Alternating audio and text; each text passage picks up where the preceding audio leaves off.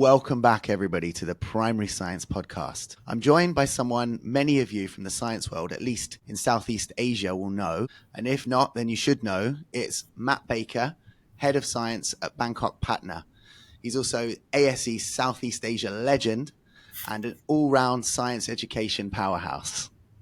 So, Matt, I just wonder if you'd like to introduce yourself to us a little bit. Yeah, thanks. I'm not sure that I can live up to the hype. I've worked at Bangkok Patana School for the last 15 years, and I'm very proud to work here.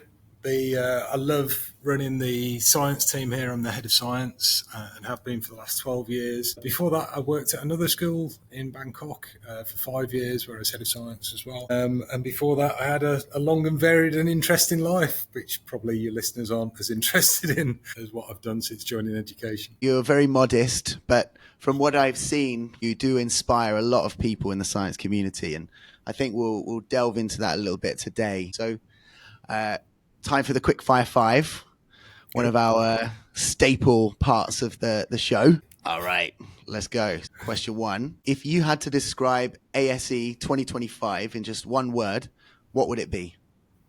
ASE 2025. Hold on. Sorry, I'm wearing the wrong T-shirt. Back in a minute. Right, so here we go. This is the ASE 2025 T-shirt as kindly given to me by Will from King's, who is the head of science at King's and who was the person who really put the 2025 event together. So kudos to Will for that. One word: connection, energy. That's 2 words, isn't it? Yeah, I might specialise in teaching physics, but I'm clearly not very good at counting. But yeah, the connection, the energy, the buzz.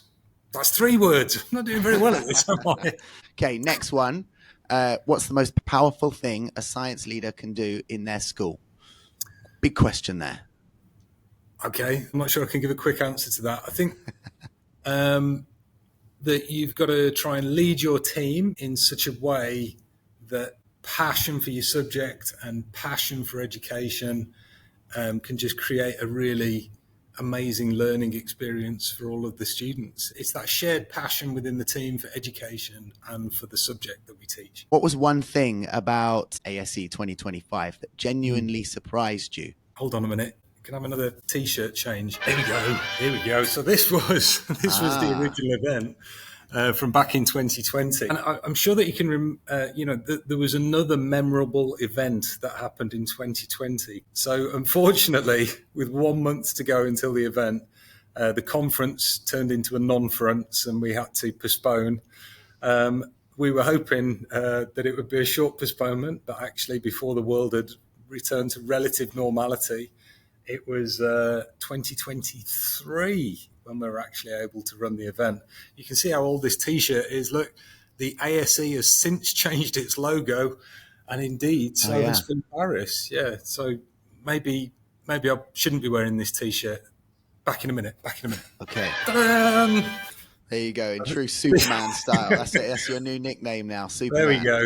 So this was the T-shirt from the 2024 conference, which, again, we hosted at Bangkok Patana School. I think for the conference to evolve, it needed to grow wings. While it remained at Bangkok Patana School, it was very much the Matt Baker show, I guess, and all the rest of the people who helped with the organisation of it. But, really we wanted to try and put it on a long-standing thing so that this isn't something that's going to run for a couple of years. This is something that's going to run decades in the future, hopefully long after I've retired and all the rest of it. So I think by trying to make it a movable feast and moving around some of the leading international schools in the region, then hopefully we've put it on a more secure footing and ensured the longevity and the legacy. I don't think I answered your question, did I?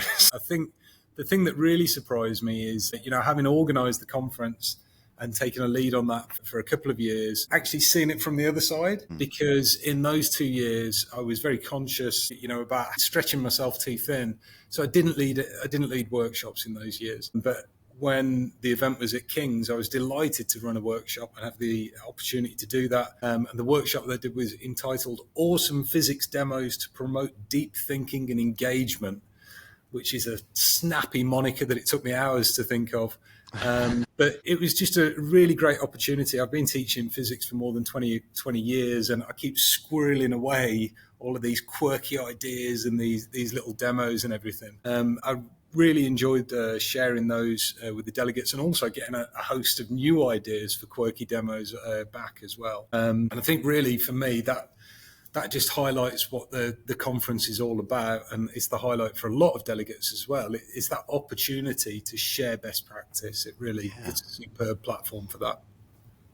Okay. There seems to be this sort of secondary science versus primary science thing going on. We do things quite differently in many ways. Yeah. So if you could sum up secondary versus primary science in one sentence, what would you say? Yeah, remember, I'm not very good at counting, so it might be more than one sentence. I don't think it should be primary versus secondary. There shouldn't be any antagonism there. It really should be, if you've got it right, it should be complementary, and it should be part of a progression that goes all the way from nursery all the way to when the students graduate. We start off maybe with exploratory learning, and then play-based learning, inquiry learning, skill-focused learning, and then exam-driven learning, when they get close to graduation. And actually, shout out and kudos to Nisreen Dawkins for her excellent session at the ASE conference at Asia 25, because this really got me thinking about vertical articulation, and I've blatantly magpied her ideas on it. But yeah, I think if you get it right, and if you're thinking carefully about vertical articulation, there shouldn't be any tension there. It should just be part of a progression. Yeah, it should be a flow. Okay, definitely something I need to do a podcast episode about as well. Get Nisreen on. Okay. She was brilliant. Yeah, I think I might do. So the final one, I wanted to try a bit of this or that. Okay, so big picture or fine detail? Both. Sorry. If you're teaching kids properly, first of all, you've got to give them that big picture, because otherwise they've got nothing to hang that new knowledge onto, right? And then you've got to go to the fine detail, and you've got to deal with those little, you've got to really kind of build those schema with the kids. And then you've got to zoom out again at the end and go, right, okay, now that we've done that fine detail, now we've got to see where it fits on this big picture. And there's graphical organisers are a brilliant one for this, to kind of help them flick between that big picture and fine detail and back again. But yeah, both. Sorry. That's okay. Any answer's a good one. Okay, microscopes or explosions? You know what I'm going to say. Yeah. I mean, I think both, again, really. Microscopes, yeah, definitely. Why wouldn't you? Explosions, hell yeah. And I think that's it, right? You need a really kind of broad and varied experience of practical work, right? And that's essential to really make sure that we're, lighting that flame of curiosity and discovery in each of our learners, right? I mean, different practicals will set different students alight in different ways. So just do all of it, as much practical work as you possibly can. It just goes back to that one word, right? Passion. That seems to be a running theme. Totally. That's it. Yeah. So, okay, I think I know what you might say. Front of the room or side by side with the kids? I'm really starting to sound a bit like a politician here, aren't I? But yeah, definitely both. Okay.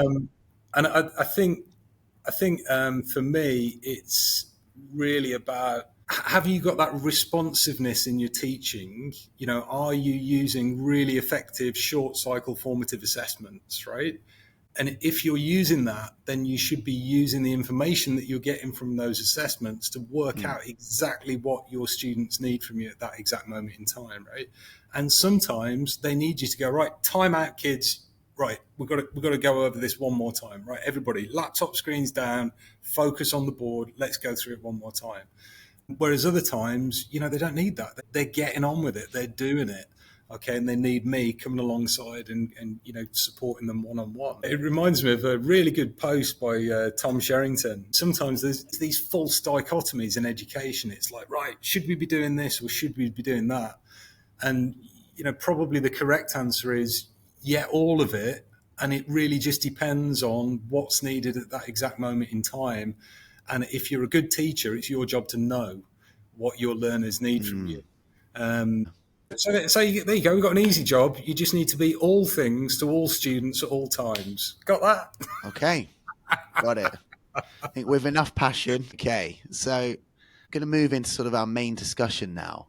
And I think one of the first things I wanted to do was, as we're talking about leadership and we're talking about building that passion in science teachers and staff, whatever it is they teach, it would be nice to just talk a bit more about the ASE 2025 and Yeah. how that had an impact regionally, and if there were any key themes that we really liked there.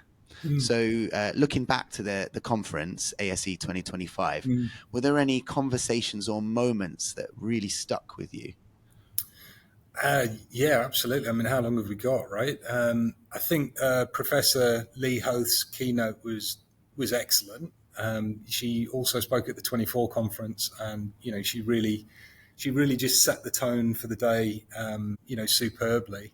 And I think really that's what sets the conference apart from other events, right? It's different to a Teach Me, or it's different to a Job Alike. It's the fact that we're bringing over people from the UK who are highly involved in the ASE and educational research. I think that's a real X factor for the conference. Absolute X factor for the conference is the Philip Harris Technician Strand, which is just absolutely amazing. I think for technicians who work in the UK scenario, there is opportunities for professional development, Whereas if you look here, I mean, Kungan, our physics technician, legend that he is, he's worked at the school for over 30 years now. Like he's like the glue that holds the science faculty together. He's the thread of continuity, for the last 30 years. He's an incredibly valuable member of staff. And before we started the conferences, he'd had one professional learning opportunity in 30 years. And now those technicians, they meet about 5 times a year. And yeah, it's brilliant. It's an opportunity for them to connect with each other, learn best practice from each other, discuss the trials and tribulations that they're having, find out about good places to buy chemicals from each other, all of that information that's just so valuable for them to be really effective at doing their work. Yeah, the technician strand's always a highlight of the conference, and it's nice to see that Philip Harris and Jackie McKee, the Philip Harris head technician, a really nice addition this year was a kind of quiz for techies. Like they had a bit of a competition, and at the end of it, they presented Conturbo, who was another technician who works with me. He won the trophy, and like the smile on his face, fantastic. And this was a great opportunity to get some tech ignition for our techies. Brilliant. Love it. Yeah, I think that's quite a common theme that we've come across with a lot of the guests on the show, is that one of the most important things that you can do is collaboration with other science leads, other heads of faculty, and that goes the same for techies or TAs. We're all involved in science education, so being able to collaborate and build that passion together. Yeah, and I think it's so important to have that professional network, right?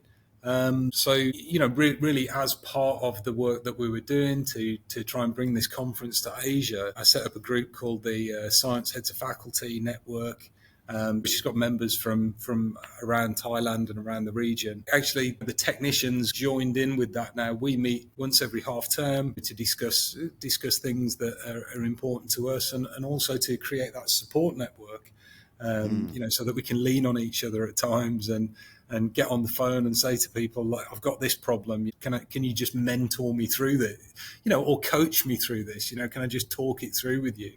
I think another moment that really kind of struck me was the smile on Will's face when he received his trophy, and he received recognition from Gary Bond and Isabel from Philip Harris. They invited him up onto stage and presented him with this huge, great trophy.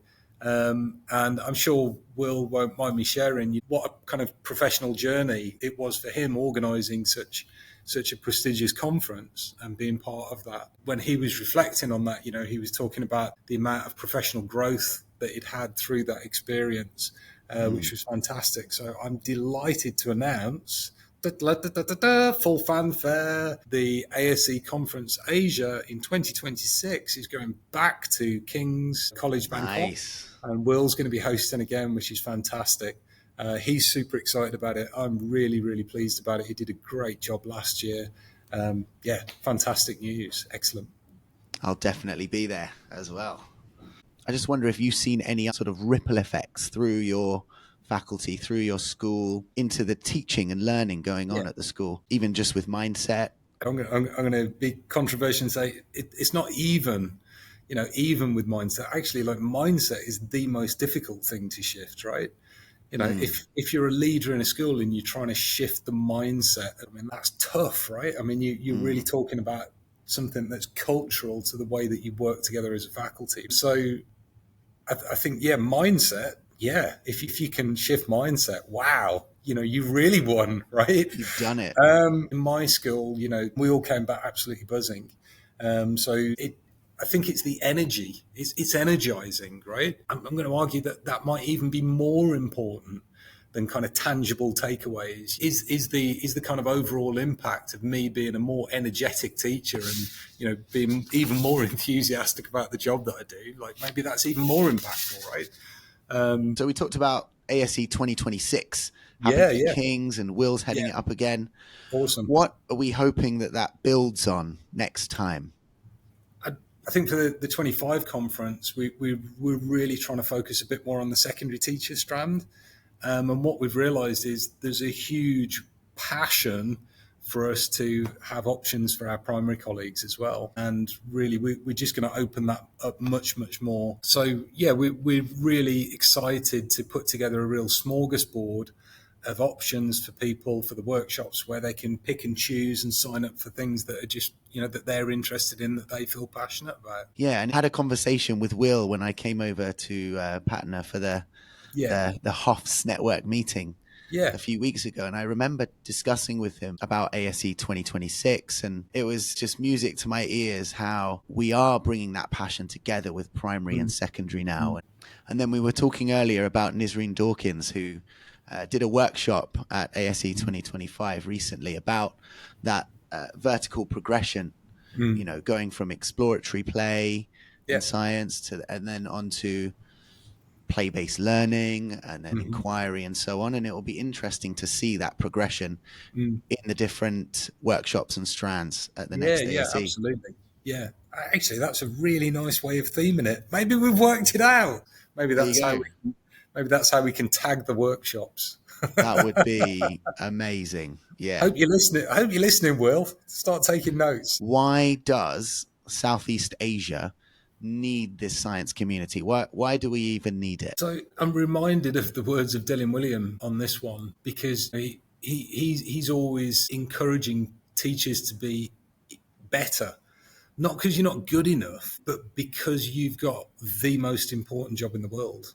You are responsible for improving the futures of young people. I mean, what could be more laudable goal in life than that, right? I mean, certainly for me, it's one of the many reasons that I absolutely love my job. But that's it, right? We need this science community to help us raise our game. We've got the most important job in the world. So yeah, let's get even better at doing it. Not because we're not good enough, but because by being the best versions of ourselves that we can be, we are improving the future life opportunities of the young children in our care. So we touched upon this earlier, and it was about building that passion and mindset in teaching staff. And that's really a chat about culture. And I think another key word there that comes up a lot is empowerment. But I wonder, for you, what does that really look like? I think before you can have genuine empowerment, then you've got to have genuine clarity, right? I would encourage any leader to do this. Sit down with your team and just go, what are we here for? What's our mission? Like, what do we do? And just make it as short and memorable as you possibly can. And I know what it is for me and my team. It's this. Can you get that in? There we go. Excellence in science learning for all. That's it. 6 words. And I think that really helps to provide the clarity that you need. Having that shared vision is so important. And I think it gives you that direction so that when you're making tough decisions, I think the work of John Hattie is really interesting here because, in his book, Visible Learning, if you go through it and you look at the effect sizes of all of these different changes and all these different pedagogies and all these different strategies that you can implement, it's not an equal playing field. Some of it will massively improve people's education and improve their learning outcomes. And some of it will have a positive effect, but kind of less than the average. And I think just having that mission or that vision that you can keep pulling everybody back to. Why are we doing this again? Is it getting us closer to this goal? That really kind of underpins that idea of empowerment, right? That if you're all pulling together towards a common goal, then you don't have to keep interfering with people. We've been talking a lot about culture. How do you create cultures where it's felt in the corridors and not just in the classrooms? So, first of all, we need students to really enjoy their science lessons, so that they start to look at themselves and have that identity as someone who enjoys learning science. Now, I'm being careful with the language that I use. They don't have to be very academically strong at science, but they just have to love it. Now, I know a lot of your listeners will be from the primary science community, but we've just got this fantastic opportunity in Key Stage 3 to build something really special and really exciting. So I think, Key Stage 3 is a really critical time for this. And I think that's reflected in the way that we teach Key Stage 3 science. There's heaps and heaps of examples that I could draw on here, but in Year 9 physics, we don't call it physics, we call it spy science. Nice. And yeah, totally. So Unit 1 is called rockets, and they actually get to go over the field and fly water rockets and, independent variable, dependent variable. It's great. It's loads of fun. Newton's laws of motion. But for them, when we get the grad books back, right? And it's amazing. You flick through the pages. What was your best and most memorable experience? That time we went and flew rockets. Yeah. It's like, if you can do that, you've won, right? Because if we can get them really, really keyed in and super, super enthusiastic about science, when we get to the really hard bit, it's okay. So you mentioned building that science capital and that science identity in the students is so important. But I think also one thing I've noticed is there's also a bit of a confidence gap or a science identity gap between primary teachers in science and then secondary science teachers. Is there any advice or ideas you can give on how we could help those primary teachers feel like scientists again? I think one of the things that's important for primary science teachers is sometimes they get really, really kind of hung up on subject knowledge. And one of the interesting things that happens with science education is that some of the time we kind of pretend that we've got all of the answers, right? Whereas actually, if you look at what science really is, it's that human endeavor of trying to find out new knowledge about the world. So I think it's okay to model that really from a very early age. So, if you get kids that are asking questions that you don't know the answer to, I think it's absolutely fine to say, that's a great question. I don't know the answer to it. How could we find out? Let's have a go at finding out together. Maybe that could lead off into a little kind of experimental journey, a little bit of inquiry and investigation. Yeah, I think you've actually hit the nail on the head there. Sometimes putting the kids in the driver's seat builds up their science identity and their confidence. Absolutely. It comes back to that word empowerment again, doesn't it? Yeah, and I was about to say that. We've talked about empowerment in terms of science leaders like quite a lot during this conversation, but actually that needs to be there for the students as well, right? They need to feel empowered and they need to feel in charge of their own learning too. And I get it. It's quite scary. It feels like you're going off piste, right? But also sometimes you've just got to embrace those moments. And I think it reflects what the scientific endeavor truly is. And that the scientific endeavor is a voyage of discovery. So why would we not want our classrooms to be as close to that as we possibly can, right? So have you got any advice about how leaders could further develop that leadership practice? Yeah, keep learning. When you're leading, be reflective. The MPQ courses are awesome. I've done the MPQ ML, the MPQ SL. I'm currently doing the MPQ LBC. I'm a big fan of the National Professional Qualifications for Leaders. But the greatest opportunity for growth for me as a leader is when I've had a leadership mentor, somebody that I really trust, that I admire. That has always brought out the best in my leadership practice. Go find that person who can be your leadership mentor, that can bring out the best in you. Yeah. Nice. Yeah. Someone to share their passion with you. Yeah. And It's that thank word you again, for passion. sharing your passion with us today, Matt. Absolute It's pleasure. what makes you Absolute pleasure. amazing. Thank you so Thank you. much. Thank you.